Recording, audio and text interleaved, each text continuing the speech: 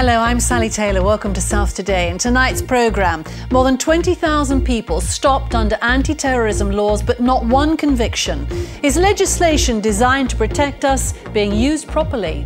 What we got is a culture, but until you are proven otherwise, you're a potential terrorist. The text that says she's safe. Parents' relief that their daughter has survived the Mumbai attacks. Her room was on the 5th floor. If she'd gone into a room, she would have been killed because the bomb fell straight into her room. Paying twice for going private. The patient being charged hundreds of pounds by the NHS to buy a cancer drug. The fact that we have to pay for it in any case is bad, but £13,000 over the top. You know, how does that happen?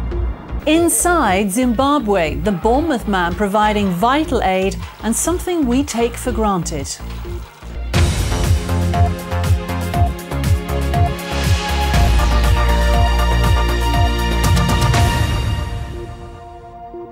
The use of anti-terror laws to stop and search people on the streets of the South has seen a dramatic increase, according to figures obtained by South Today. Despite stopping thousands of people between April 2007 and March 2008, Hampshire, Sussex, Dorset and Thames Valley Police didn't make a single terrorism-related arrest as a result. Section 44 is of use when there is a known threat to protect iconic places and to protect iconic events. It's a poor tool of general counter-terrorism policing. Nobody has been prosecuted successfully for a terrorism offence after being stopped and searched under Section 44. Well, Hampshire Police has now suspended the powers but doesn't rule out using them again. Sussex Police blamed the rise on the 7/7 London terror attacks and a Labour Party conference in Brighton. Our reporter Steve Humphrey has spoken to one man who was stopped there. Two people have found themselves on the wrong end of the anti-terror laws, Linda and John Catt, who live in Brighton. They've been involved in demonstrations outside of this Brighton arms factory and outside of a Labour Party conference. Both have been stopped and searched under Section 44 of the Terrorism Act. The most unlikely terrorist on the planet. I mean, it's a comedy, it's a tragedy, it's a comedy. They were driving in London when they were stopped in July 2005. They later discovered their van registration number was put on a database after the arms factory demonstrations. And then, in September 2005, John was stopped as he walked on his own towards the Labour Party conference in Brighton. And they made it quite emphatic that under the Terrorist Act, I was a suspect. So where and why are people being stopped? Well, in Surrey, figures rose steadily from 2003 to 2007 to a high of over 2,700. Police say it was down to the high alert level after the 7/7 bombings and increased searches near Heathrow and Gatwick, which are close, of course, to Surrey's border. Hampshire saw two high points, in 2005 during the Trafalgar Fleet Review and then, look, in 2007 following the Glasgow airport bombings, when again the threat level went up. Sussex blamed a big rise in 2005 on the Labour Party conference and say another big rise in 2007 was also in response to Glasgow and terrorism court cases with Sussex links going on at the time. Dorset, however, has much lower figures, even though it hosts party conferences. The number of searches goes up, but by a much lower level compared to other forces, when Labour was in Bournemouth in 2003 and 2007. Tasneem Jivanji was staying at the Taj Mahal Hotel in Mumbai when terrorists went on a killing spree. Back in Southampton, her parents had to wait several agonising hours before they knew she was safe, but only after she'd come within seconds of death. Alison Harper reports. All right. Are you feeling all right now? Yeah, I'm fine. Final verbal confirmation that their daughter is okay. Tasneem couldn't have imagined what was going to happen when she left Geneva for India on a business trip. She said that I was 5 minutes away or 5 seconds away from being killed in different places. And she related a story where she had to Colaba for shopping. Then she told the taxi driver, leave me here, I'll have a walk. After hearing gunfire, Tasneem fled to the hotel. There were bodies in the lobby. She was told to go down into the basement, but didn't want to get trapped. She took refuge with friends. If she'd gone into a room, she would have been killed because the bomb fell straight into her room.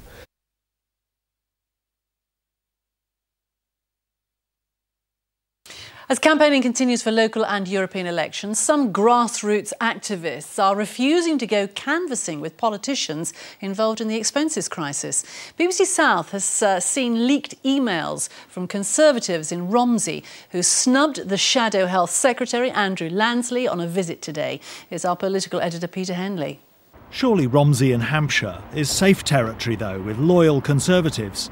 Not judging by the tone of internal emails we received from those asked to go out knocking on doors with him. I don't think I would feel comfortable introducing him on the doorstep or welcoming him into the town. To have him in Romsey could be seen as condoning his behaviour. Lansley will still come, but no canvassing. 11:45 arrival town centre, but let's hope incognito.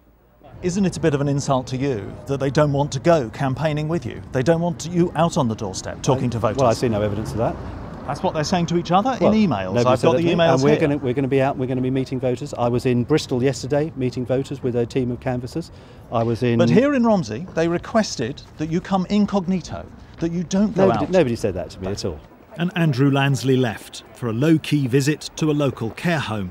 I've spoken to some of the people who wrote these emails. They're furious that they've been leaked. Brighton is landlocked. Putting up new buildings usually means pulling down old ones. But the city's future prosperity relies on attracting businesses and, crucially, holding on to them once here. In recent years, Brighton has become a magnet for high-tech creative industries. But the city is rapidly becoming a victim of its own success. Let's take a glimpse into the near future. This is me in a virtual world called Second Life, created by Linden Lab, one new media company thriving in the city. Here, new buildings can be added at the click of a mouse. Second Life started with just 3 staff in a tiny office 2 years ago. It's grown rapidly. The firm's already moved once to a larger office, but it's now full, and Jim Purbrick's computer-generated alter ego told me they're looking again for bigger premises. I'm sure there'll be something that we can find that we can make do with, but certainly it would be good if there were more flexible facilities in Brighton that allowed you to grow rapidly as a technology. A woman who's buying an expensive cancer drug which the NHS is refusing to provide has discovered she's been charged extra for purchasing it through the health service. Diane Winston from Gosport is using Nexavar to fight liver cancer. Its manufacturer sells it to the NHS for £22.36 per tablet. But the NHS puts an extra charge on, which brings the price up to £24.59. As a result, she's been charged £1,600 extra over the last 5 months by Portsmouth Hospitals Trust. The hospital says it is allowed to charge extra to cover costs. Louise Champ reports. When Diane Winston was diagnosed with kidney cancer a year ago, she was told by her doctors that the drug Nexavar was the best option for extending her life. Essentially, if I didn't take the drug, I would just die because the tumours are in my body. Having taken the drug for 3 months and had scans, all my tumours are drastically reduced. The results are phenomenal. The drug is keeping me alive.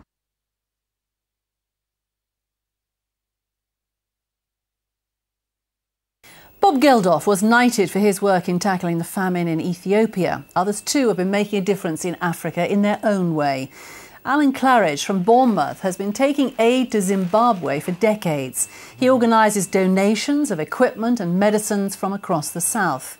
And he's just returned from his latest trip to Zimbabwe, a country still facing severe hardships. Steve Tolley went with him to film his work.